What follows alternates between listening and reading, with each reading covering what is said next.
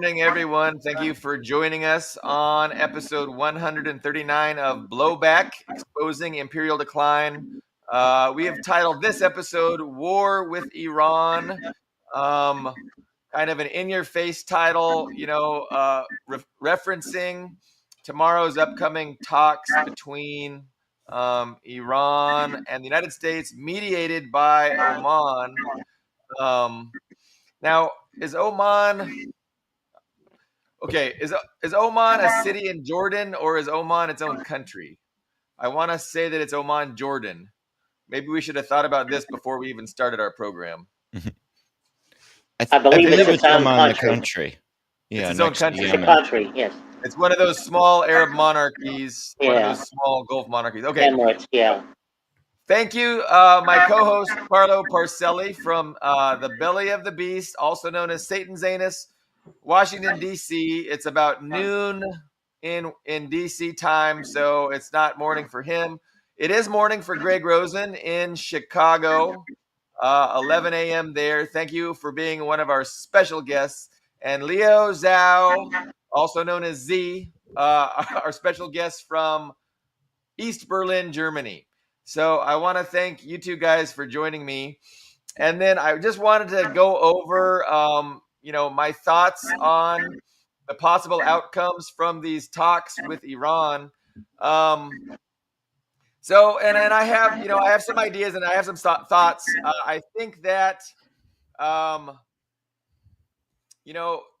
Trump has a few choices. Iran obviously wants peace. They're fine with the status quo.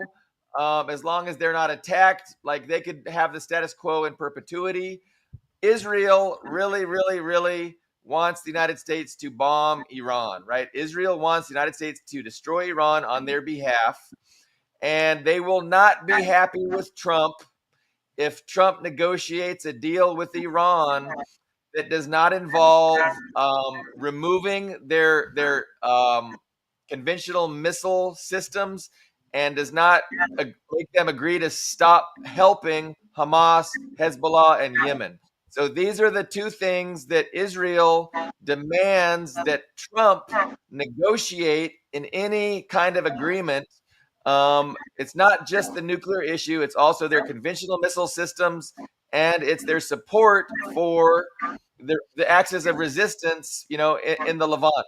So I think Netanyahu and Israel and all the Zionist, first people will be really angry with Trump, and they'll consider it a stab in the back if Trump negotiates a deal with Iran that does not include, Iran agreeing to dismantle its conventional weapons, missile systems, and also to stop, supporting the axis of resistance. So, and that is why I don't think that peace can be negotiated. I don't think they can come to an agreement because any agreement that Iran would ever agree to is not going to have anything to do with their missile systems or their support for Yemen, Hezbollah, and Hamas. So Trump is in a position. He can either stab his Zionist benefactors in the back and negotiate a just and fair settlement with Iran. That's one option. And I kind of think that's an unlikely option. But let's assume that he does that. I think Israel then has two options. Israel can say, fuck that, and start bombing Iran themselves and essentially issuing a veto over this agreement. Or they can be threatened by Trump. Hey, you better fucking not do anything. This is what we're doing. Fucking deal with it. So that is another option, right? So if there's a just deal, Iran vetoes it by initiating their own bombing, or Trump forces Israel to just swallow it. Alternatively, there's that's two possibilities. So there's two other possibilities. The United States engages in these talks in bad faith. They try to make Iran to be the intransigent party, and then together the United States and Israel bombs Iran. That is another option. And then the last option is they don't come to an agreement. but Israel initiates the bombing on their own, and that way Trump gets a pass. Trump isn't then blamed for the bombing, but he wants Israel to do it because he wants to start bombing Iran too. But he just wants to make sure that first you blame Iran for being intelligent, then you blame Israel for the bombing, then you don't, and then you join in, but you take less blame anyway. So those are kind of, was that even four? Or was that five? I don't know. Those were the options. See them. What are you guys' thoughts? Which option do you think is most likely given those different scenarios? Okay, I'm gonna. What do you think, Greg? Option one, they make a deal. Probably something like the deal that he broke following the model of NAFTA, where he breaks it and redoes it in his own name. No, I like that. I like that. So Trump essentially just, the worst deal ever that he broke, he just initiates it again and then says, "This is the best deal ever. I did this. I'm a peace president. It's the greatest deal ever." Okay. No, I like that. I hope you're right. Leo, what do you think? I haven't looked at this situation too closely, but it just is, I mean, it's a little bit similar. It's kind of very strange, or not strange, but it's on all the different fronts. The Imperium has not many options, and it's like lose lose. It's like on every front, they don't have the capacity. The logistics are against them, and the geopolitical positioning is absolutely against them as well. I mean, in Iran, what are the outcomes? The outcome of any war is that Israel ceases to exist. I mean, Russia and China are absolutely not going to let Iran fall the way that Syria fell.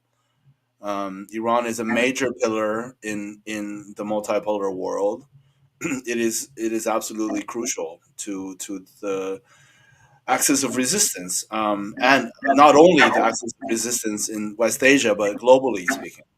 So, yeah, I mean, most likely, it just depends on how much, not rationality, but I guess the calculations of Washington, which front is the most likely to yield some kind of result as far as sinking Russia or China is concerned. You mentioned that Iran is strategically important for both Russia and China, and that we can't highlight that fact enough. Iran is extremely important to Russia strategically, and if Iran fell to a U.S. A U.S. Puppet government, and there was regime change, and the U.S. put the peacock throne back in place, who currently live in Los Angeles, which they would love to do. I mean, that would be disastrous for Russia, and also China. So I agree. Like, there's no way that Russia and China will allow Iran to go the way of Syria. But I think Iran is strong on their own, and I don't know how much help or support they're going to need, but they'll get all the support that they do need to survive for sure. Carlo, you had some thoughts, sir? Well, I perusing the net for explanations. I came across a rationale for the reason that the Trump administration abrogated the original treaty, and it had to do. I can't remember who the spokesperson was. I want to say Mearsheimer, but I could be wrong. And he pointed out that there was a flaw in the original, at least as far as the first Trump administration saw it, in the structure of the treaty, and they wanted to restructure it around. And I wanted to remember this, and I'm having trouble remembering it, but I think it had to do with the enrichment of uranium and the schedule on which you can enrich the uranium. Um, to a bomb grade bomb grade material. And so I I I think what might come out of this is an amended treaty, a somewhat different treaty. But I think the onus is really going to be on Iran to make that concession. I wish I could be more succinct about what that concession is, but right now I can't recall. You know, But it was the first time I'd heard that. okay, so Trump would always call it the worst deal ever, and you're suggesting that there was an actual, a particular part of the treaty that he was referencing when he would call it the worst deal ever, and it was the enrichment schedule.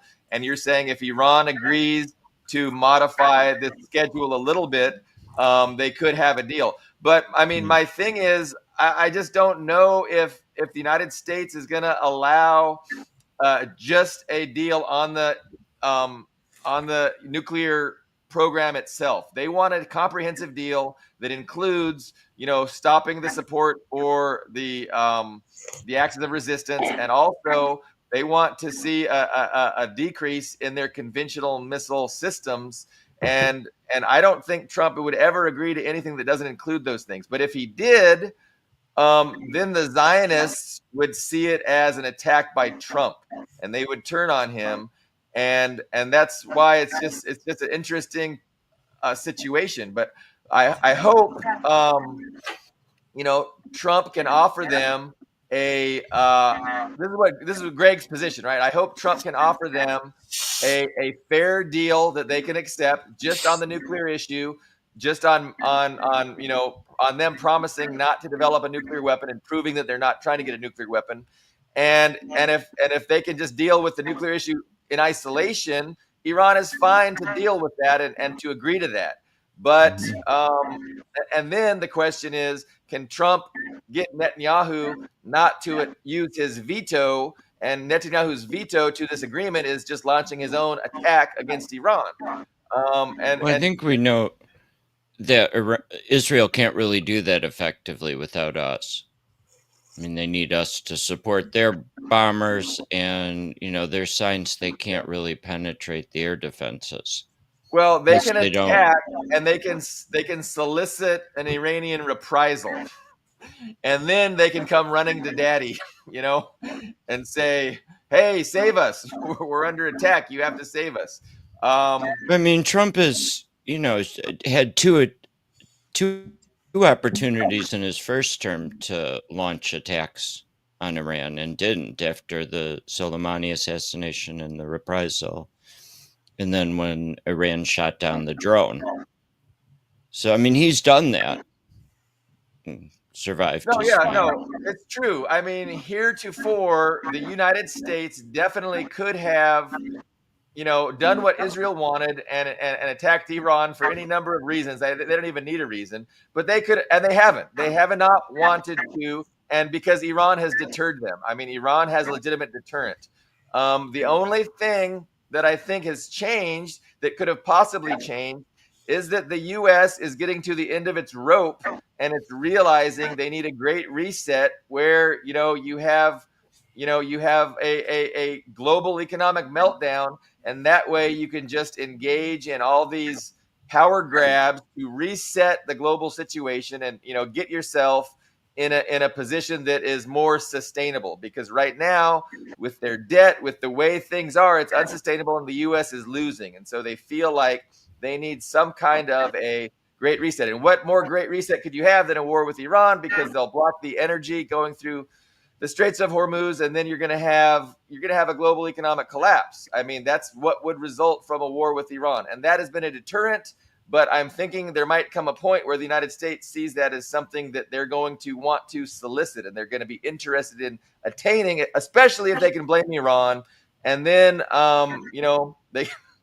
they can do their land grab of Greenland and all these kinds of emergency acts, right? Because we're in a crisis. And so they can, it's like this disaster capitalism. We're in a crisis, all bets are off, and you can just, move quickly and move fast and do what you need to do. to all under the name of national security, and I think an embargo against China too. I think they might they want to initiate this trade embargo against China, but okay, I'm rambling. I'll be quiet. So basically, it's about the calculation of which way of collapse or which method of reset is more likely to be beneficial, or will be more likely to end up with the imperium on top. That's just the calculation, I think. But a war with Iran,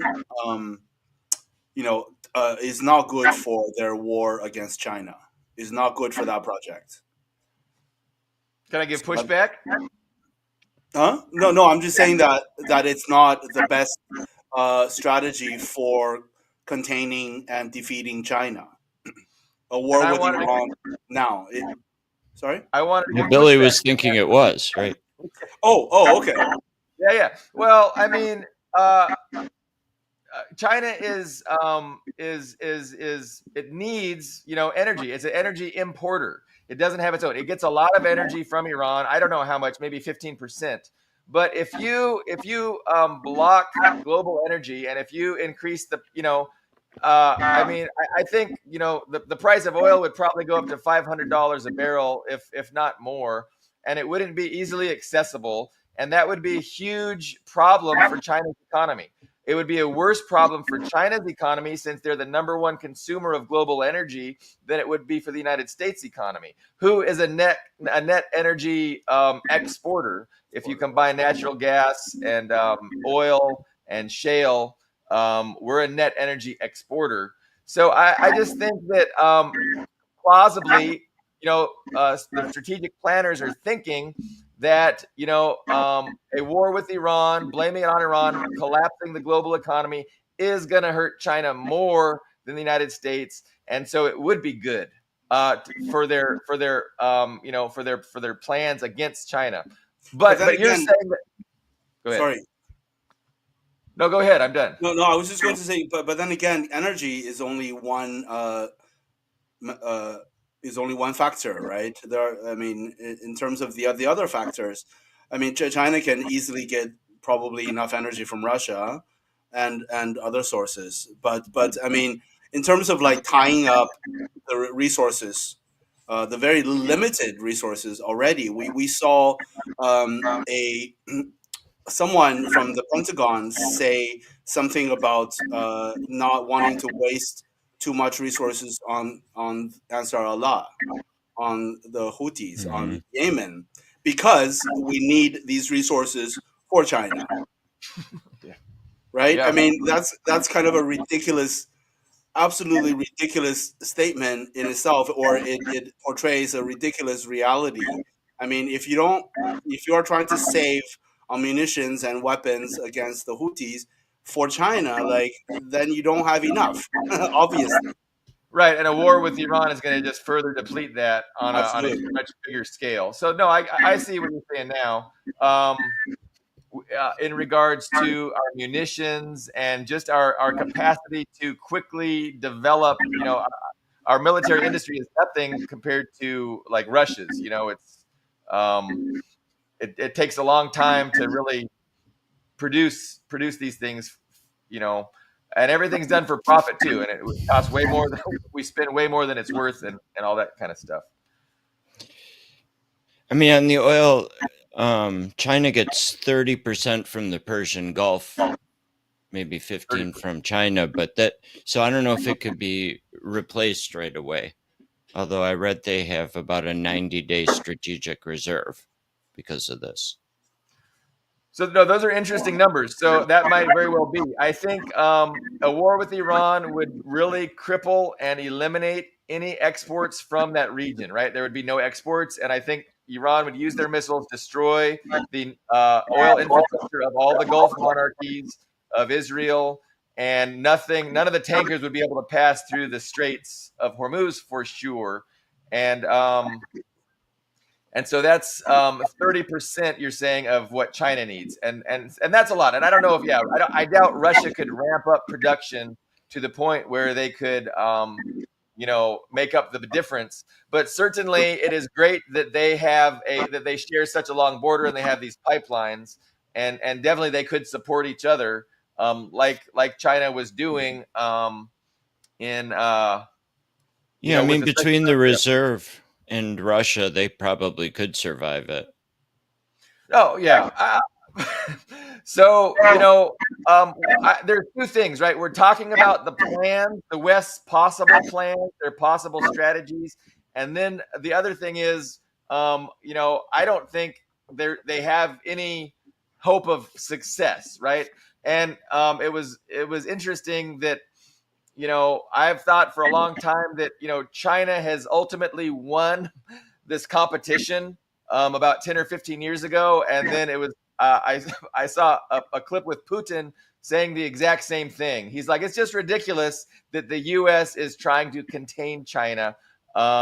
They could have maybe contained China 10 or 15 years ago. Well, he said 15 years, but he said 15 years ago, the West lost this opportunity to contain China. And their, the productive forces that they have put in motion are literally unstoppable. And I totally am on board with that. And I've been saying the same thing. So it's good. It's good that smart people are in agreement.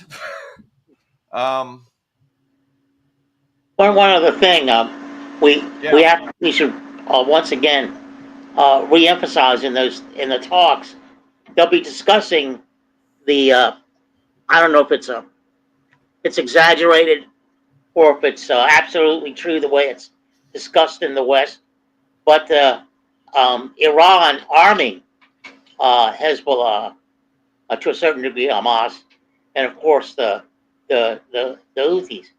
So that'll be a point of contention too. Uh, I don't think the Houthis have any intention of stopping their campaign unless the Palestinians are dealt with at some point, in some measure, fairly, given something. I don't think it's going to stop. So ultimately, regarding that, I too don't think the talks will be particularly successful. Though we'll have to see what happens. Well, Carla, let me follow up. I mean, if you don't think the talks will be successful, I mean, it sounds like you think then the United States will be bombing Iran. And if the United States bombs Iran, I mean, that's it for the global economy. I mean, are you agreeing with all those necessary reactions to the talks not working? Well, I thought about that, and I don't like to all of it follow my opinion. But I remember with the second Gulf War, a friend of mine, I said no, after the first Gulf War and the invasion, Iraq's invasion of Kuwait after April Glaspie uh, gave the word that sure, go on in there. This particular administration is behind you. That the second Gulf War, there was a huge buildup of U.S. arms for the prior to the invasion, and a friend of mine, I was saying no, but they won't invade. I'm always, well, I don't know. I have a kind of, I'm not very good about prediction, and I have this notion of always look on the bright side, even if there doesn't seem to be one. And he said, no, the buildup has been such that they're going to have to go in. Yeah. Now, in this situation, there's been a fairly large buildup, especially in that base that the U.S. has in the Indian Ocean. We've talked about it. Diego. Yeah. So that kind of puts me on notice about my optimism. But of course, I don't have the expertise to know how serious a buildup that is. I have heard, given the I'm not doing much reading on this anymore, because of my health. But I have heard that what has been cataloged there, what has been sent to that island base, what the buildup is in general, is not enough to take on Iran. And so, following that logic, I would say, and I'm going to go out on I'll go out on a limb, that there won't be an invasion. That the U.S.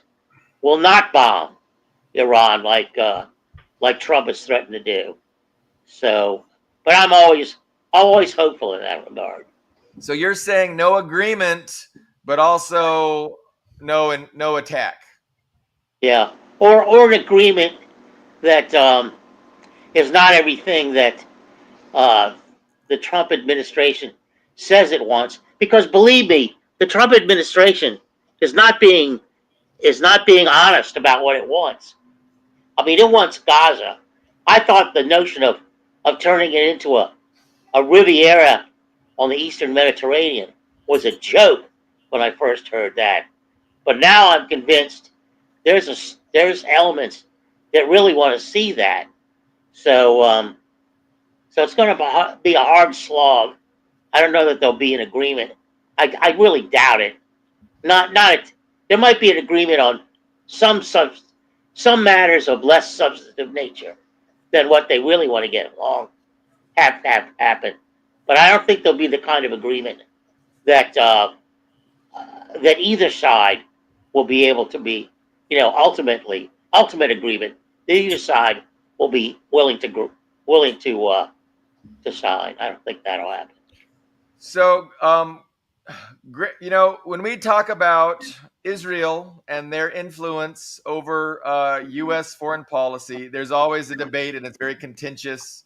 And I know Greg is a strong believer that the Zionist lobby is powerful, but ultimately it's going to be U.S. national interests that determine the policy, and that U.S. national interest will trump the Zionist lobby if the Zionist lobby wants to do some adventurism that is going to be dangerous for U.S. national interest. And I agree with that. Like I'm happy to agree with that. But the question is, what if, like I'm saying, what if the U.S. national interest has decided that they need a great reset, right? That they need global turmoil, global chaos in order to, scramble and get themselves out from under the situation that they find themselves in, being constrained by the rules-based order, being constrained by this $32 trillion debt, being constrained by the fact that China continues to grow exponentially. Like, all these things are weighing heavily on the hearts and minds of the capitalist class. And so, what if they're thinking that, it's in our interest to attack Iran, because Greg is like presupposing that it's not in the U.S. national interest to attack Iran. It's only in the Zionist interest, and because the U.S. interest is going to trump the Zionist interest, it's not going to happen. Yeah, go ahead. I mean, I think we want to get rid of Iran since 1979, since they, nationalized the oil and got us out of there. Since 1946. But yes. Yeah. Of course. But again, heretofore, Iran has had a deterrent because they could threaten the legitimate threat to collapse the global economy, and we didn't want to deal with that. But is it possible that calculation has changed from the perspective of the shot callers? I think if we look at, I'm a little dubious on the idea of a great reset being done by the U.S., but just going with that idea, I think we could say the last week was a test run. I mean, they literally threw the world economy into shock and chaos and panic, right, with the tariffs. And the U.S. backed down because the one who's going to get damaged. Wait. That was the plan. That was the plan all along, Greg. Scott Bessent said that was the plan. Yeah, I don't buy that. No, I mean, I think we showed, the stress test showed that in a great reset or throwing the world into chaos, we're the one who can't survive. That money is fleeing the U.S. It didn't go to treasuries as it's supposed to in a crisis and a panic. That's a good point. If we wanted chaos and to reset things, the way to do that would have been to maintain those tariffs, and not, not give the 90-day reprieve, right? And you notice the 90-day reprieve was for everyone except China, which is interesting. What are your thoughts? Do you have any thoughts on that, Leo? Like, or Greg? Just one other thought. I mean, we're talking embargo on China. These 145% now. Yeah. That's effectively an embargo. Nobody's going to be paying that. And what China did to us too. Apple flew 1.6 million iPhones over to India to escape the tariffs. Was a story. So yeah, no, it's so Leo, do you want to jump in before I start grandstanding? Because I'm well, it's funny. I can't. I need to do more meditation so I can control my thoughts. I can't control my thoughts this entire time. I'm thinking of the remake of Bad Lieutenant. The German director, what's his name? The documentary director. Anyway, there was a remake. Werner Herzog. Werner Herzog. Thank you. I forgot his name. So, the story of this lying, cheating, abusive, just horrible cop, right? And the original, he has to, he has a total breakdown, and the last scene is of him, repentant in the church. And then Herzog's remake, he's under all of the pressure, like everything goes wrong, and it's like an impossible situation, completely impossible. And then at the last minute, somehow he gets away with it, scot free. And then you show him. So anyway, I was just thinking of that as a total reactionary metaphor. I think it is an apt metaphor. It's a hopeful one, but I don't think it's going to happen. It's the German Atlanticist dream of keeping the hegemony, keeping the Western dominance. In terms of the tariffs against China, it's obvious to anyone who has looked into the numbers, who has seen what's going on in the last 10, 20 years, that it's just complete futile, dead end. It's going to major come back and disrupt the U.S. economics and hurt the working class and the small businesses. The petite bourgeoisie are seriously hurting already, starting to. It's a disaster. It's a disaster. I mean, China is not going to be hurt very much by it. Although I did hear Varoufakis say that Trump's plan is going to work. I forget his particular reason, but it didn't make very much sense to me. That's interesting. So I wrote an article yesterday, I think, on Facebook, and it was just kind of my own perspective on this effort by the West, headquartered in the United States, the Western capitalist class, to maintain their hegemony throughout the rest of the 21st century against the rising tide of, Iran, Russia, China, and them kind of usurping and displacing the U.S. unipolar order.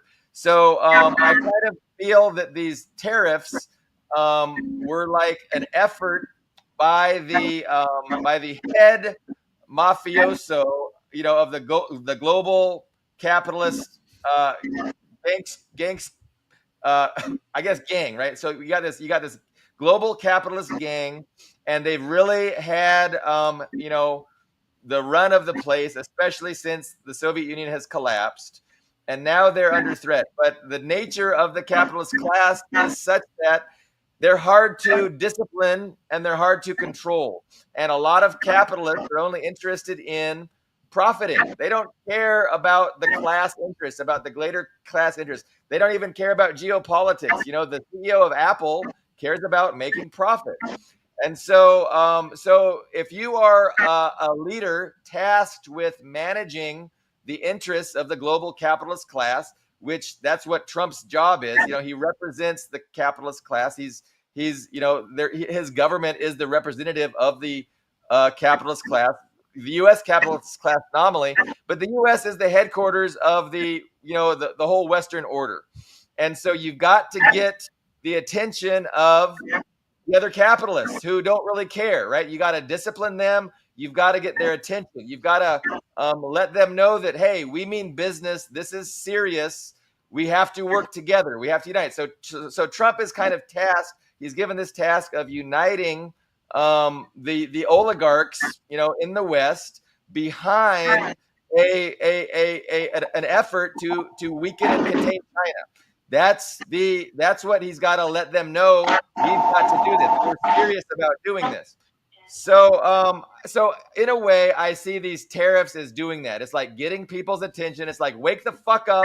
We're serious. We're going to be doing this. And if you're not on board, we're going to fucking discipline you. And so you need to get the fuck on board.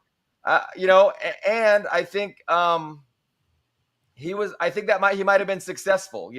I saw a clip from that lady Callas, whatever her name is in the EU.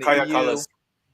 Yeah, and so she's like, we do need to get China. We do need to, China is the bad guy. And so you can see all the capos, like Don, the mafia Don, which is Trump, put out the message to his capos that they need to fucking pay attention and get on board. They need to suicide too. Yeah. Well, they need to start sacrificing, and they're not going to sacrifice themselves. They're going to sacrifice the working class, right? The working class has to be asked to sacrifice in this effort to defeat China, and that's what's going on. That's the game, and yeah. So all the capos, the lieutenants, the mafia lieutenants need to get on board with what the Don is telling them, and ultimately it's going to be the working class that is going to suffer, and the working class in Europe. Don is telling his oligarch buddies that rule Europe, you guys need to bring the pain to your people and sacrifice. And what does bring the pain mean? Bring the pain means there's going to be a global economic difficulties. There's going to be a lot of global economic stress, and it's going to cause hardship. Not going to cause hardship for the fucking oligarchs. The oligarchs will continue eating caviar and drinking champagne and living their best fucking life, but they're going to have an unhappy citizenry, and so they need to figure out how to do that.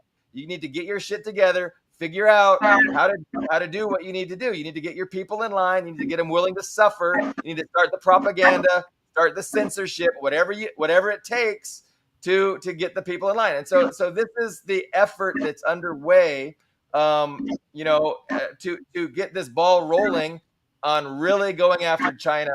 And then we can't talk about going after China if we don't talk about how the entirety of the Marine Corps has been retooled to go after shipping lanes. They've gotten rid of armor.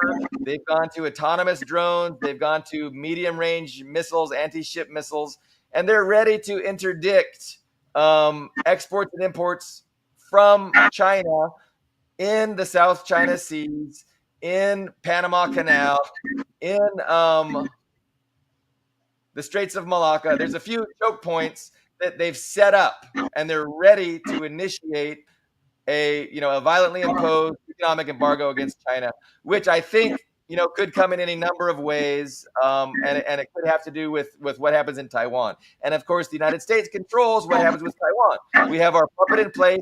We could tell him tomorrow, declare independence, and he would probably declare independence tomorrow if we told him to. So at a time of our choosing, we can initiate a conflict with China, because China will automatically respond to that with hostility. They're not going to tolerate that. So I don't know. I think there's a lot to be rolled out. I think we can understand the tariffs as simply an effort by the mafia don to get his cop to send a message to his lieutenants. Hey, pay attention, get ready, get to work. Getting your shit in order, because we're gonna go to war. I don't know. Well, it's interesting that you bring it up that way. I mean, I don't want to change the conversation, and I'll get away from China, but I'll get back to it. But let's talk about Ukraine. When Britain and France said that they were going to collectively, with as much of NATO, European NATO as they put together, put $88 billion more into the war in Ukraine. 800. Who ended up coming to Washington? Macron and Schumer. Well, I bet they read the Riot Act, because that wasn't working at that point in favor of the U.S. plans for Ukraine. I mean, all I hear is that Trump is desperate to get a peace agreement with the Russians of some sort, and he's upset because it's more complicated than he thought it was going to be. It's not a one-off sort of thing. But what I wanted to say was, and this is why there's a congressman going around, and his spiel is, this is like World War II, when your country called on the American people for World War II, they made sacrifices, and now with these tariffs, we have to accept these sacrifices. Not the, like Billy Bob pointed out. In one day, Elon Musk recouped $34 billion in that one good day that the stock market had. Not them, like he points out. But do you think people are they gonna swallow that shit are they gonna swallow this crap about paying so much more for stuff, or not being able to buy it at all? You think they're that gullible? I mean, I don't like to generalize, but I don't know. Maybe they will. Go ahead, Leo. Yeah, that is of course one of the very, very important things is popular you know uh, uprisings in the next years, or in the upcoming times. Civil society. I mean, society is on the brink of breaking, either into fascism or into something. Just like the liberal order is absolutely on its held together by a string, I would say. Mm-hmm. And politically as well, of course, the increasing contention between rival factions in all of these liberal democracies. So yeah, I mean, whether people will stand for, I mean, they stood for, they just laid down for the austerity measures in Europe all over, but this is on another level. This is absolutely, you know that Belgium, I just heard, increased, or yeah, increased uh, uh, raised the age of retirement by 10 years. Hmm. 10 or Wow, 12 years or something. Wow. that's a lot. 55 to 67 or something like that. It's You'd Mm. think they'd go absolutely insane. incrementally. Yeah, just all at once, 10 years. It's insane. I mean, all of these economies are on the point of breaking, and they're giving, uh, Greg, you said 800,000, right? 800 billion. billion was Right. what they were trying to raise overall to Yeah, remilitarize.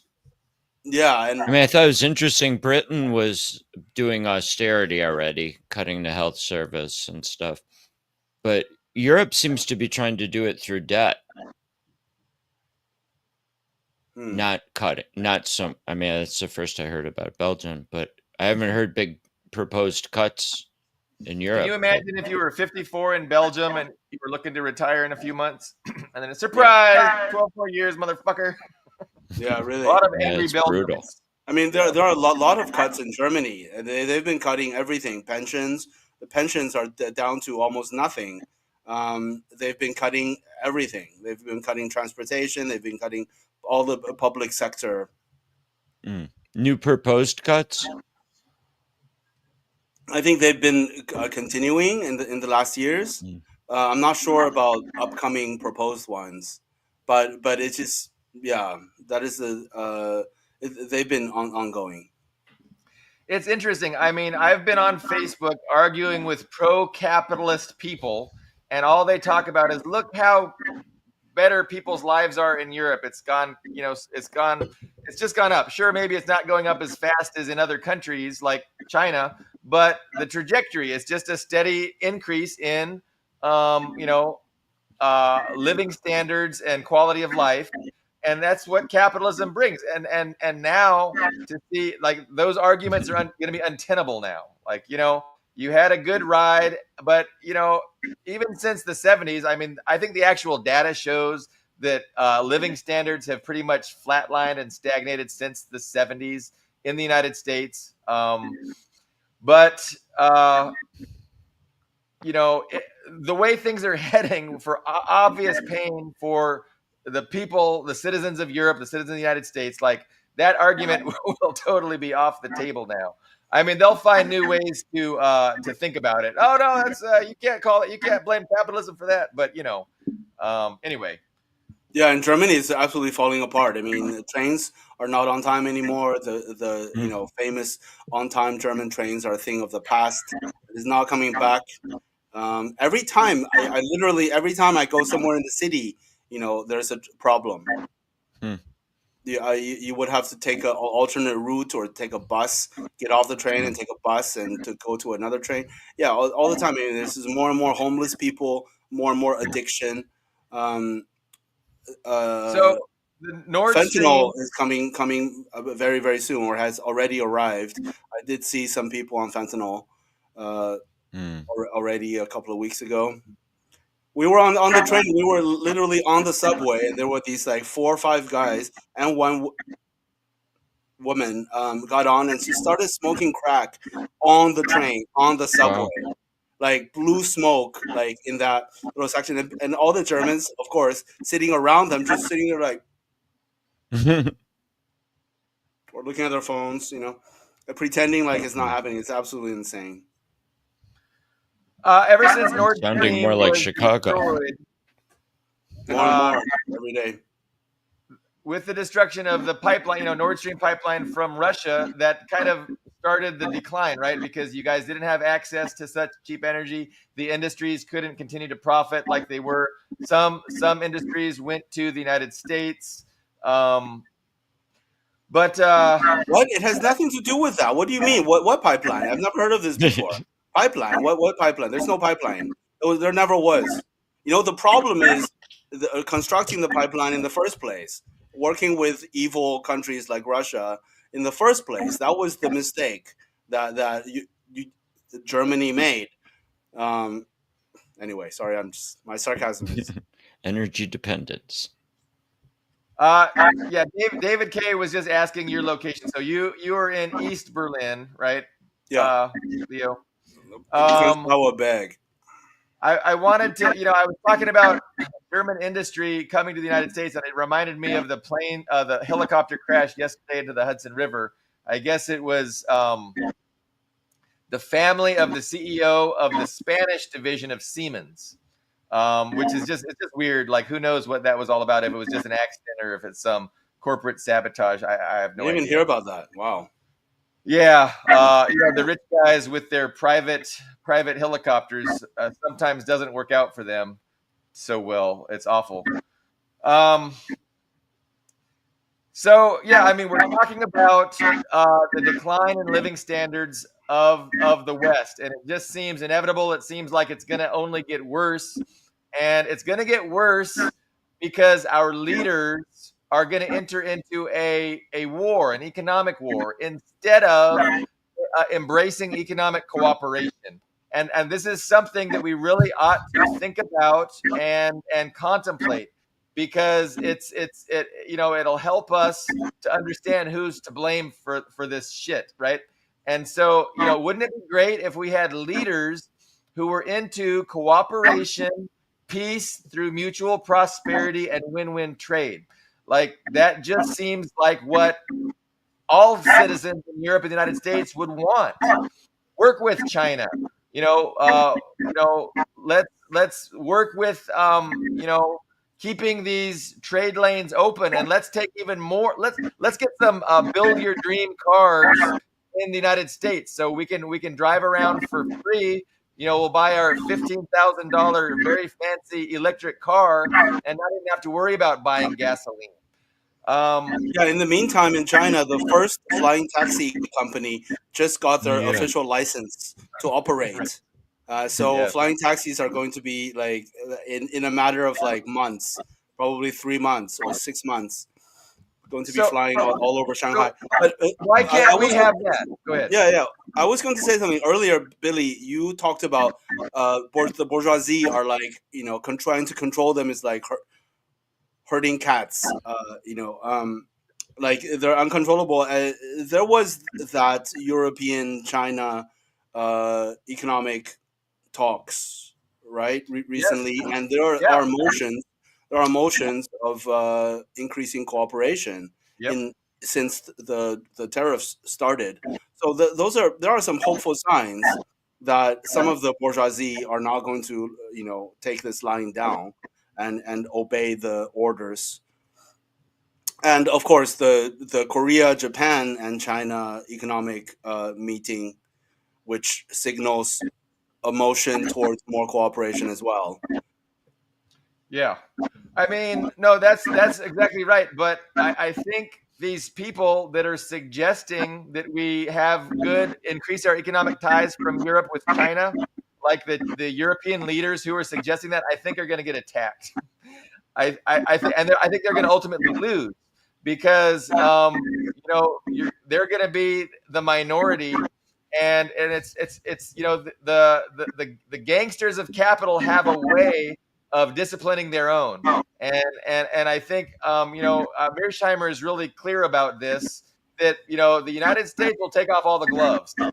Like, we're deadly serious about this security competition, and we're not just going to sit idly by while some self-interested, capitalist or politician, talks about things that are a total threat to our entire class interest.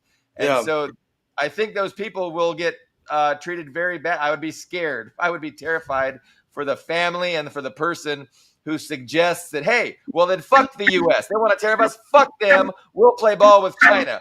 Uh, be very careful, maybe maybe that was the Siemens guy. sir. No, yeah, it could be. It really could be. Maybe Siemens was negotiating some kind of a great trade deal, with China. Like, definitely so possible, so plausible. If the tariffs go back against Europe, though, I don't see how we're going to have any leverage. I mean, we already saw China meeting with South Korea and Japan. Look, so I would love it if these great big plans that I think are being rattled around in the headquarters of the capitalist hegemon, can't even get off the ground, right? And that they've already fallen apart.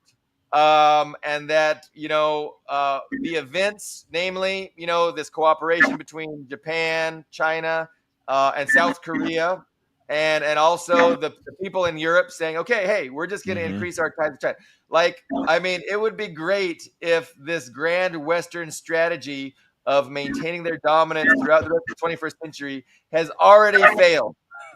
I'm just saying that I'm not so certain, and I hope it is. I hope it has. I hope these things have caused a fatal blow to these plans. But I just think that I don't think that's true. I think we're at the beginning of rolling things out. I think this tariffs was an initial salvo, and I don't think their plans have been dashed against the rocks. Like maybe you're suggesting. You know what I'm saying? I just I think these are feelers. Like they're putting out feelers and they're rolling things out, and it's a process.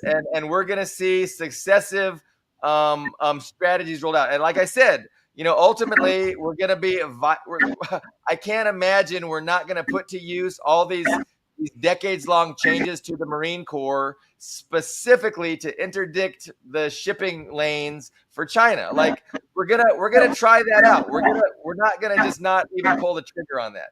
At some point in the future, that's going to happen. I mean, it's hard to imagine that it would. Yeah, as we can't pull the trigger with. Oh, sorry, go ahead. No, go ahead. Yeah, I mean, I believe we're afraid to pull the trigger with Iran. There's no way we're going to pull it with China.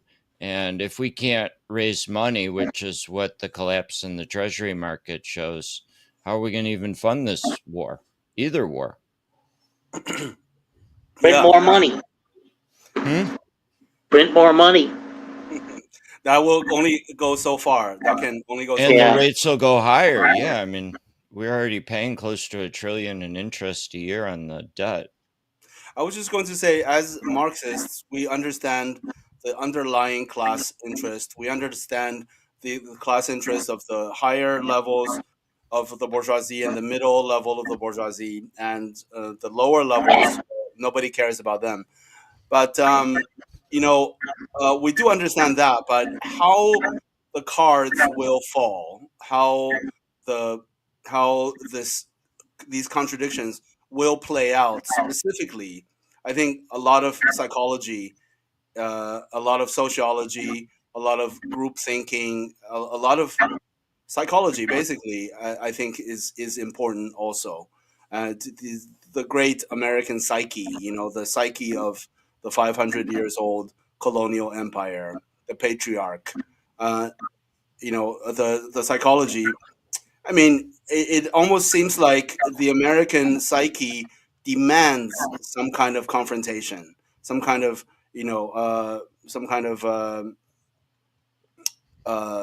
apocalyptic confrontation, good and evil. I mean, every single fucking Hollywood movie ends with the good guy and the bad guy bare knuckles, going at it. Every single movie boils down to that. There's some kind of the irresolvable contradiction of capitalism is like is reenacted over and over because it's unresolvable. But anyway, I'm ranting about. Well, one of the paradigms, talking about paradigms that play themselves out over and over and over again, is the I like to use the the Holodomor hoax as my example of where you have some entrenched elites. So, namely, you have the wealthy landowners who controlled the Soviet agricultural system, right? And that agricultural system was backwards and it was insufficient to support the industrialization that the Soviets had to do. And so the government tried to work with them, but they were intransigent because they refused to relinquish their position of power and privilege, right? And so ultimately they had to be destroyed. Like they chose to go to war with the government and they lost, right? But that paradigm where you have a minority entrenched with wealth in positions of wealth, power, and privilege, and they refuse to allow improvements to the system because improvements to the system result directly in their own loss of their wealth, power, and privilege. And they don't care about improving the system. All they care about is maintaining and perpetuating their own wealth, power, and privilege. And so that's exactly what we're seeing on a global level right now with the West refusing to concede a multipolarism, wanting to maintain their unipolar hegemony. And so the question is, how far are they going to push things in further in their refusal and their resistance to improvement. And that comes back to just, are you going to cooperate? Because cooperation means you're going to allow China to continue to grow and develop and be the rising dragon of the world, right? Which would be great because it's a communist party that, decides policy based on the best interest of the people, not on the best interest of the ownership class and the banksters, etc. So, but yeah, you have in the West, you have the oligarchs that see China as an existential threat, and partly it is for that fundamental reason, because they are a different ideology, and they don't look at they don't care about the interests of the oligarchs. The interests of the oligarchs aren't what decides policy, whereas in the West it's the oligarchic interests that decide policy. But I mean, what's a better system? Which system is better for the masses? Which system is better for humanity? Which system is more democratic? Oligarchy or socialism? And these are really the two options. And all the oligarchs that are in positions of power in all the Western countries are going to unite to maintain their oligarchy against this existential threat. So I just see we're at the very beginning stages of this big struggle, and I see the tariffs as basically messaging. It's communication. It's getting people on board. It's getting people's attention, namely, the oligarchs in these other countries. Hey, if you like oligarchy, if you like having all the wealth, power, and privilege in your country and control and power, you need to align with us against this force, this threat to our system, and we have to defeat it. It's existential, and if you don't get on board, you know, it's going to be chaos, and we're gonna lose our wealth, power, and privilege. So I don't know. That's how I see things. And I wish I was. I hope Greg's right. I hope they can't even get their shit together and they're done. They're done, son. I mean, I hope that's true. But I'm thinking that they have more. Again, they're never going to win. Never in a million years. It's futile. Their efforts are futile. You can't stop. You can't stop China. Putin agrees with me on that. Smart people agree with me on this. But they're going to try nonetheless. And they haven't really even begun to try in earnest. There are, the key word is multipolarity. I think you brought it up, but there are oligarchs in China. There are oligarchs in Russia with some restraints. But so I think you're right, Billy Bob, when you say that here and in the West, the oligarchs control the decision making process. It's obviously, we even have the Supreme Court coming down and passing laws that say you can put as much money into a campaign as you want. Ironically called Citizens United. But recently, now how many BRICS members are there now? 23, 24. Thailand just joined BRICS. Namibia said it will follow the path of Niger, Mali, and Burkina Faso, and that's and so there's this welling up, this activity, and I really do think that a multipolar world is more a possibility, and there has to be a point at which people have to realize, and this is all people, the oligarchs all the way down to the guy living on the street, that you have to be better off in a multipolar world than you can in a capitalist world, whereby you have to have a certain number of people who are at the bottom and neglected. You have your poverty lines. You have your homeless people, for example, that sort of thing.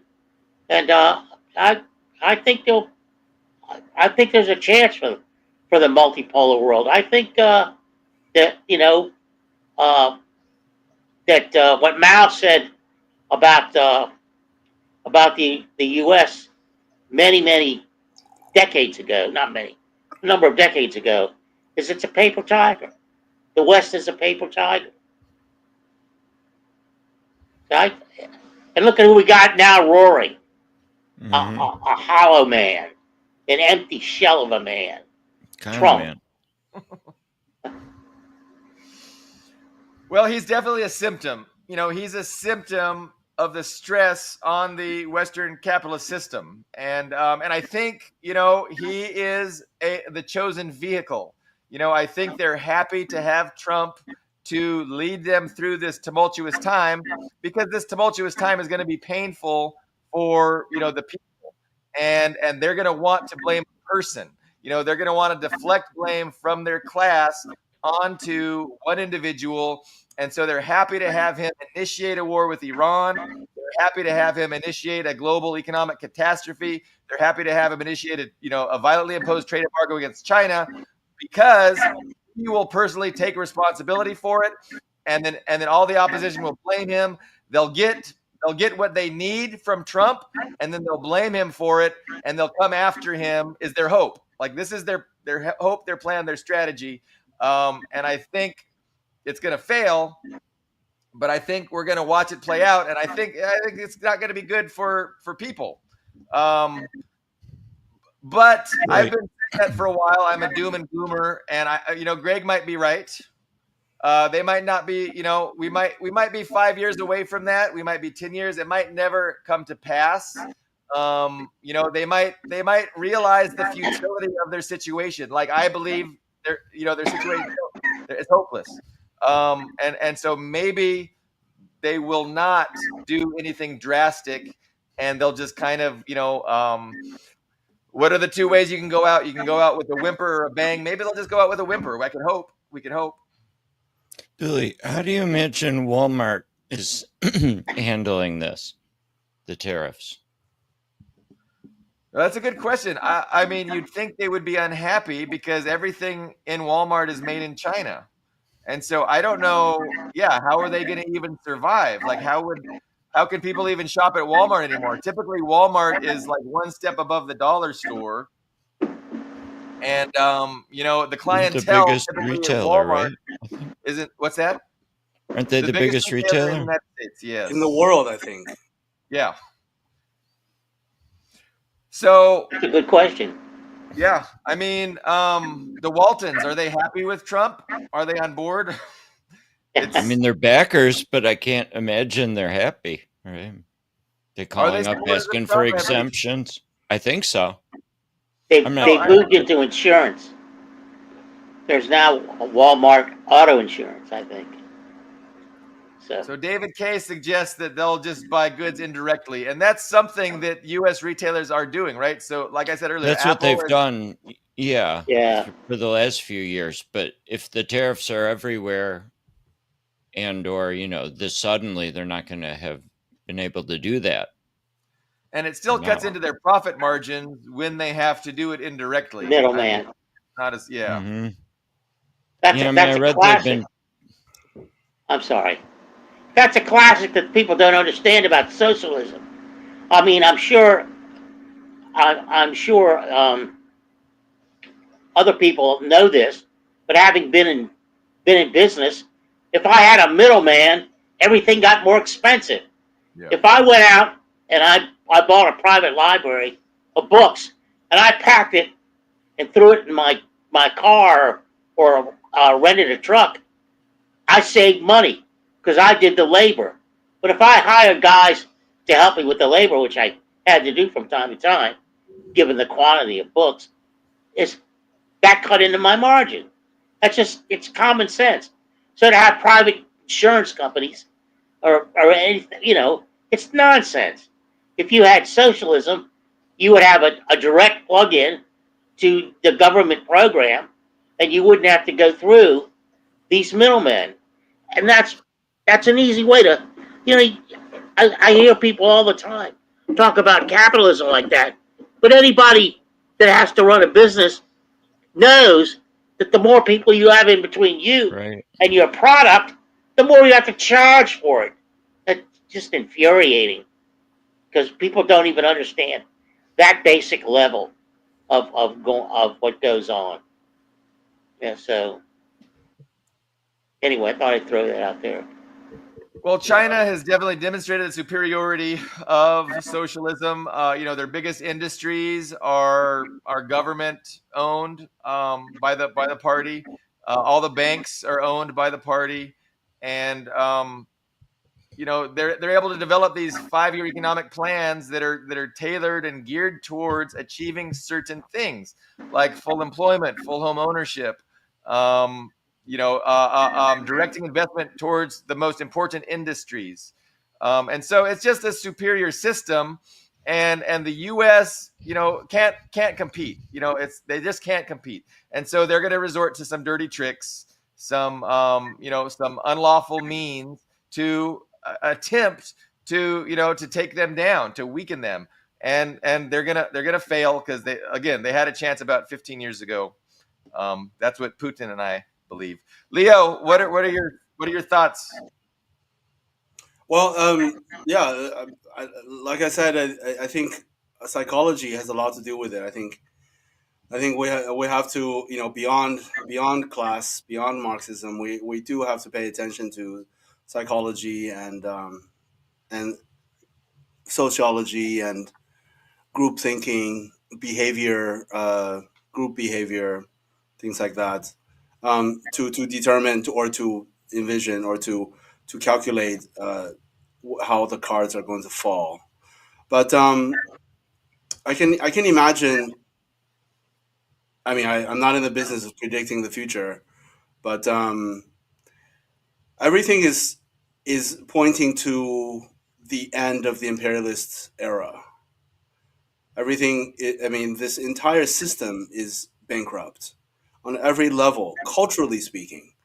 I mean, on every aspect, right? Not only economically, the West is collapsing. Culturally, I mean, for the last 40 years, it's just been recycling, recycling, recycling, right?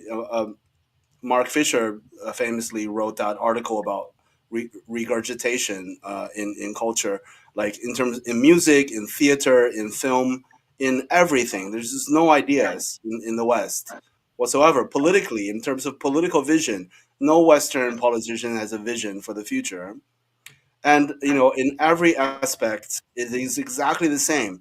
So, looking at the bigger picture, systemically, this mode of being, this mode of existence, this mode of production of social relations, has exhausted itself. And I think the entire world. I mean, we've heard hippies talk about the end of an era since the '60s, uh, Hmm. which is the New Age movement, right? Which is, of course, has become ridiculous. But there was a left wing of the New Age movement, of course. And I think, of course, the New Age, the Age of Aquarius, is global socialism. It is multipolarity, and which absolutely means global socialism. And I will debate anyone who wants to argue otherwise. but but yeah, it just whatever happens in the next years, maybe there will be some major catastrophe. We will get over it. Um, I mean, there already is catastrophe happening all over us, all over in West Asia, in Africa, and the Congo. Is horrendous. Things are happening already. Maybe it will get a little bit worse. Maybe not. But I think either way, looking at the bigger picture, this entire system is on its last days, on its last breath. Past its sell-by date. Yeah, absolutely. Yeah, I mean, I like to think of U.S. culture as an experiment, like as an experiment never before seen in all of human history, and a failed experiment. I mean, you look at the amount of the mass incarceration, the mass shootings, the mass mental health issues, the mass drug addiction. It's like there's nothing to be proud of. Look at China. Now that's something you can be fucking proud of. Like what China has accomplished. What the US has accomplished is it's just awful. And so what more clear illustration of which way do we want to go as a species, socialism or capitalism, barbarism. So it's what Rosa Luxemburg suggested. We have two options 100 years ago, and we've had 100 years of history since then, but the question remains the same. And narrative is losing to reality. I think that Yes. the wager of the communists is one of the wagers. One of the important ones is that reality is more powerful, stronger than fiction. And I think absolutely we are seeing that reality is absolutely getting the upper hand now. With I Show Speed and with Red Note and with all of these things, popular opinion is shifting, and these Trump tariffs. I mean, just I have been just noticing even on social media, wide like a sea change. It's like overnight with the tariffs, all of these positive opinions about China now, all over Europe. It's insane. I mean, major publications are even printing positive articles about China now. Interesting. I hope it makes a difference. I mean, yeah, definitely their narratives are untenable. Reality is breaking through their bullshit, and people are waking up. Thankfully, is it going to be enough to keep? What's that, Greg? I would add that I think the effort to cajole the other oligarchs in other countries and leaders is not working. I mean, arguably, there's more inter-imperialist war going on than there is cohesion. That what you mentioned in the pre-show, that's really stunning. That this treasury sell-off that I'm preoccupied with was triggered by Japan, our ally, right, and our chief proxy against China. That's very significant. A plausible and perhaps true explanation for why Trump abruptly ended the tariffs after just 2 days. He said he was going to be strong. That was the message. We're not going to end these tariffs. People were asking him to, and then he finally did after just a couple of days. And the ostensible explanation was that their ally Japan started selling U.S. bonds. Selling their bond reserves of the reserve of U.S. bonds, and that spooked We're the biggest holder, I believe, or second. So, I don't want to pretend I'm a knowledgeable economist, but I know you have this great graph which illustrates this is the 30-year U.S. Treasury bond, right? Yeah, the yield, which is priced in basis points. You move over the decimal to get the yield, so it's at 4.8 right now. And it was very low before the tariffs were initiated on the 7th, and then the tariffs were initiated. Yeah. And it went high, and then this collapse here in the around almost day 10. That is when Trump ended the tariffs, right? The 90-day hold on the tariffs. Mm-hmm. And so it went down considerably. But it's still people are still concerned. There's still a lot of concern about the economy, and that's kind of what this graph depicts, right? Yeah. So this is what I'm saying, that the cost of the debt jumped and probably would have kept going if it wasn't for Trump shifting gears there, which only stabilized it, didn't get it to go back down. Right. So very interesting times, and I do want to reiterate that tomorrow Iran refuses direct negotiations with the United States, and so Oman, I'm going to say it's a country and not a city in Jordan. So Oman is going to be in a room mediating between a room over here with the U.S. and a room over here with the Iranians, and Oman is going to be the mediator, sharing messages back and forth. There will not be direct negotiations. And I've heard that Iran actually expected these negotiations to be secret. But then Trump, talked about them with Netanyahu in the room with him, and Netanyahu didn't look that pleased to hear about these negotiations when Trump announced them. So it's just super interesting times. We are all very blessed to be living through such interesting times. Even if the blessings are mixed.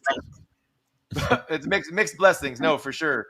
But we should find out very soon, what it looks like it's going to happen on the Iran front, which could have, historic implications. Nothing this big since World War II, at least, as far as the implications. Anything else, guys? We can wrap up. It's been an hour and 20 minutes. I was hoping Ian could join us. Ian was not able to, but I'm sure he'll join us next week. Yeah, good talking to you guys. I kind of have to go. Okay. Yeah. Thank you guys so much, Greg. Leo, see you guys soon. Carlo, I'll see you next week. Right. Bye-bye, guys. Bye-bye.